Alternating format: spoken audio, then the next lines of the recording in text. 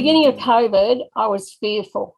The media was just, everyone was talking about people dying in nursing homes, people living alone were dying.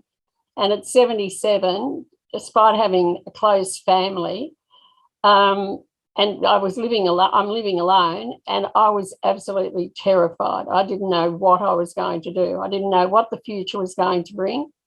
But I knew the only way I was going to get through it was to find a solution for myself. For me, big thing is I've missed catching up with friends, going for a body surf early morning. And because of COVID, that was only stopped because even though it's a beach, I could easily attend.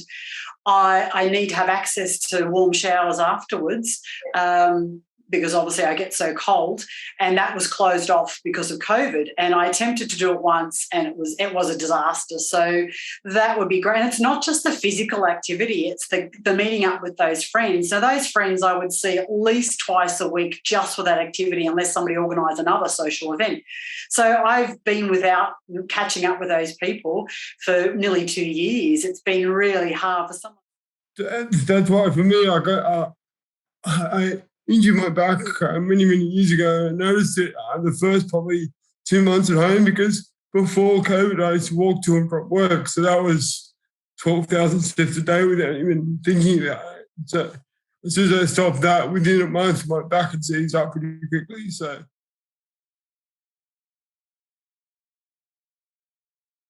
well, no, just basically walking and keeping active, getting up and down and going up the hallway whether I needed to or not. I've got a small hallway over there, standing at the sink and laughing, and I just started to enjoy it. It wasn't an ordeal. I did take the rubbish out, so when I took the rubbish out, I made it enjoyable. So you thought of all those things as being active and doing what you could to keep moving. Use it or lose it. That's it, isn't it? And then what happened once you did start to go out? Where did you go to begin with? How far did you go, or what did you do to get started? Not far. I did go up. I lived not far from the library. I started going to the local library before they closed.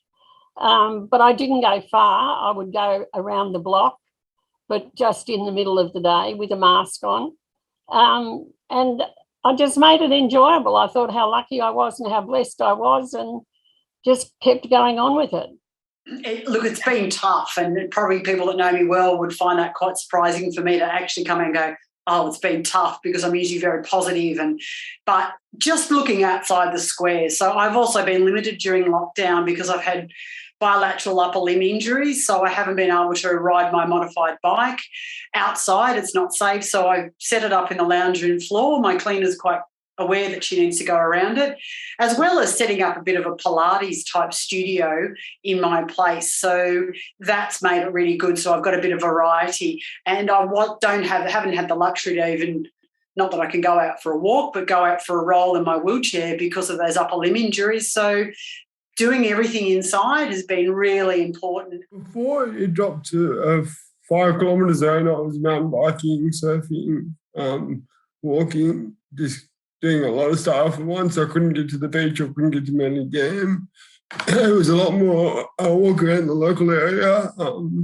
Also, due to COVID, I picked up tennis, which is quite an addictive sport and something to keep me occupied. So that's been really good over the last 18 months. But because I've been at home for 18 months now from the office, so and I quite often get a bit of back trouble. So keeping walking most days is probably the main thing I try and do, but definitely trying to ride, a couple of times a week and play tennis, and just generally just keep active, which is something I've basically done my whole life. So I've got several ways of staying active.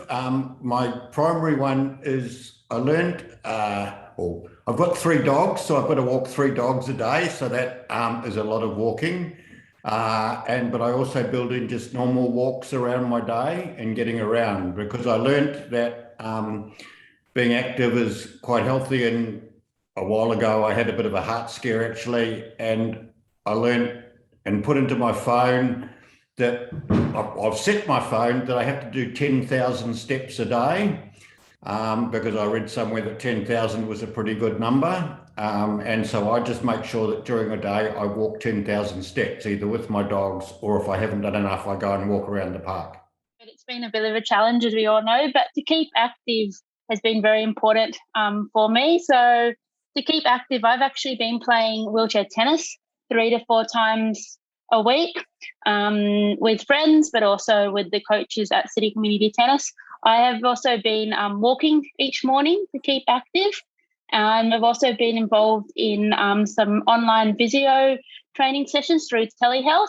And I've also been involved in recently, because of the easing of restrictions, face-to-face physio appointments and personal training appointments as well.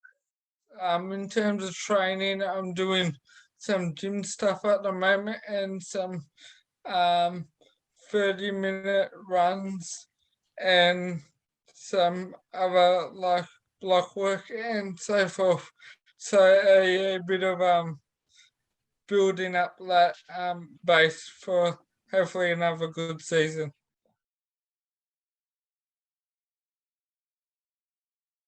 What we've been doing mainly has been meeting on a weekly basis via Zoom. So we've been able to stay connected and discuss various issues. So whether it be sport related or personal issues in a training squad.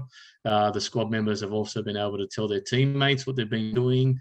And we've been doing some online sessions with each other as well. So I've been sending out messages each week with session plans, encouraging athletes to train with other squad members in their LGAs and naturally following the New South Wales health guidelines and checking in via text or calls with most of the squad during their week sessions to just see how they're going.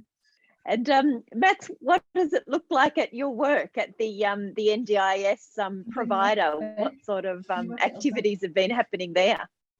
Well, actually, we've been very fortunate. So we've been doing some great telehealth sessions with our participants, with our therapist. We've been doing online group fitness classes with modified exercises for those that don't have support workers with the participants to be able to assist, and also encouraging support workers inside their services to go for walks around the block or the park with their participants inside their services to not only assist with fitness, but mental health and overall well-being. But I've heard of lots of really good examples of where activities have continued during COVID, and I know a lot of people have been doing online activities. My daughter, her dance school has continued to run online. Does require a lot of support from parents though, particularly if the child has a disability, because the parents then really have to be in the room with them while they're doing their session. And I know lots of physios have been running virtual exercise classes, and there's been lots of other online virtual exercise classes available, whether that be through websites or specifically through health or community providers. And I think for kids, the other thing is just really an increase in families being out and about in the community, in their local community. So whereas during school, when there's no COVID restrictions, kids would be doing their activities at school, it's really been up to the parents to be going to the local park. I've noticed a lot more kids out riding bikes. And, you know, for kids with disability, it just often just means that the parents just have to be really a bit more involved at that time. And for a lot of families, that's been able to be achieved through, you know, spending time with the family. For other kids, it's been a bit more challenging. Yeah, so I've got a close friend of mine who's got quite severe cerebral palsy. And so she actually got involved in more Pilates in the park. So she used to do a little bit of that pre-COVID, but she was saying to me that doing Pilates in the park with a support worker has been one of the best things that she's discovered. So she's been doing Pilates in the park. I've had a few other friends that can't come to tennis. One has actually taken up bike riding, decided to learn how to ride a bike in their local area. So I think most people that I know are trying to find ways that they can to get out there and enjoy it. In December 2019, I was awarded a grant for my neighbourhood project.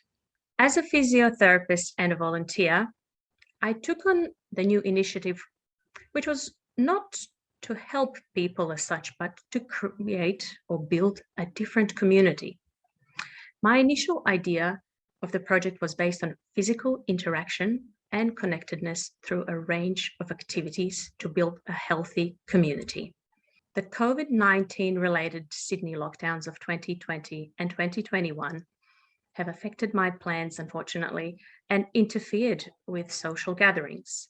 So I utilized online content to maintain interaction, distribute information, New South Wales health advice, offer assistance, as well as provide opportunity to share ideas on how we can maintain physical activity in lockdown. The equipment purchased for the exercise and yoga groups they were offered and distributed to community members to use at home on a regular basis to stimulate their daily and regular participation in physical activity. And now we exchange video suggestions on various exercises and activities. We post fun photos of ourselves exercising with family members, pets, and I regularly promote Facebook posts from World Health Organization and other health organizations related to the importance of physical activity, especially during COVID-19. I just did a program for a fundraiser during 1 month, and that was very difficult to have to do it every day. So I would Zoom call friends. So while I was on the bike, I would have the selfie stick and I would be calling them and chatting with them. And it's amazing. You know, they always say training with a friend is always the best way. And even virtually, it's still a great way to train and exercise and keep motivated, I think, because you know, you don't realise when you're having a conversation how much time can fly. And when you went for your walks, what helped to make it interesting for you? Was there anything that you found helped you? Well, I started noticing things. And so I had the phone in the back pocket and I started taking photos. One day it'd be a yellow day, one day it'd be tree trunks. And I'd started taking photos of things that just interested me or made me laugh. And I'd come home and set up a montage on my Facebook page. And a few people started enjoying that, and I started to enjoy that as well. Sort of gave you a purpose for going out other than just going for exercise. Yeah, because I'd never ever been an exercise person or a physical person. And I felt that the walking, unless I had purpose, it was more enjoyable with a purpose than without the purpose. And I think that's, well, and people I've spoken to, they could see the reason for me doing it, because my era, we didn't go for a walk to get fit or anything. You'd sit in front of the TV and enjoy whatever you were doing. Nature is my happy place. So I go into the woods, as I call it, the bush as the Aussies call it, and I run along the trails, taking the dog with me, and yeah, that sets me up for the day. There's nothing but benefits to being physically active. I've found I haven't always been physically active. I've only sort of discovered it, I guess, in the last couple of years. But everything about my health is now improved since I have become more active. Activity obviously is a very good way of controlling weight and keeps the weight down, because controlling weight's not just about input, it's also about output. But the most important, I find, is the mental health that comes with it. By being active and continually moving, you keep a good frame of mind, for want of a better word. But I just find it's very good for my mental stability, if you like. It's also very good, or this last 18 months or however long it's been now, has been a bit trying on the mental health. And if you just stop moving or stop doing things and sit at home, it can get a bit trying on the mind. And so being active is a good way of keeping a good mental health again. I invested in what are these called? One of those activity monitors. An active watch. Yeah.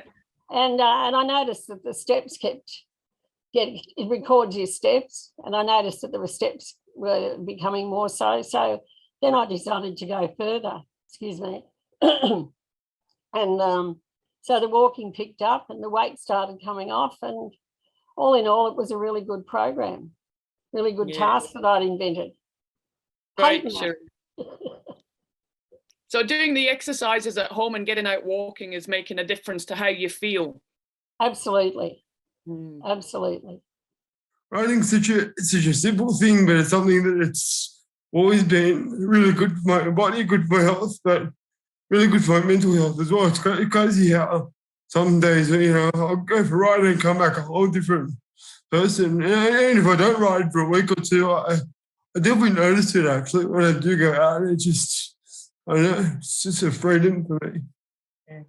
Getting into team sport, especially in those teenage years, it's great for the mental health and fitness, and gives people with disabilities some good outlets and something to look forward to each week, and to train and strive for excellence in that particular field.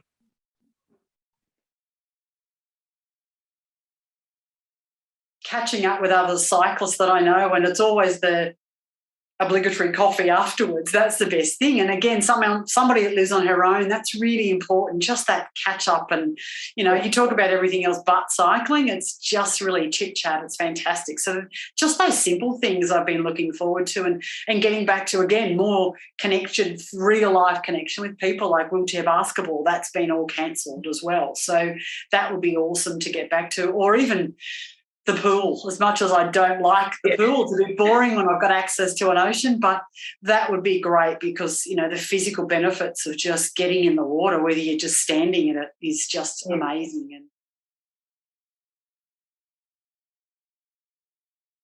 walking has just become part of my life. So Cherie, thank you very much. It's a great message you've given us there, that it just needs to become a part of your life. So thanks very much for talking to us, Cherie. Thank you, Betty. It's an absolute pleasure, and I can't recommend it highly. Get off your backside and get out there and go for a walk, everybody. You'll love it.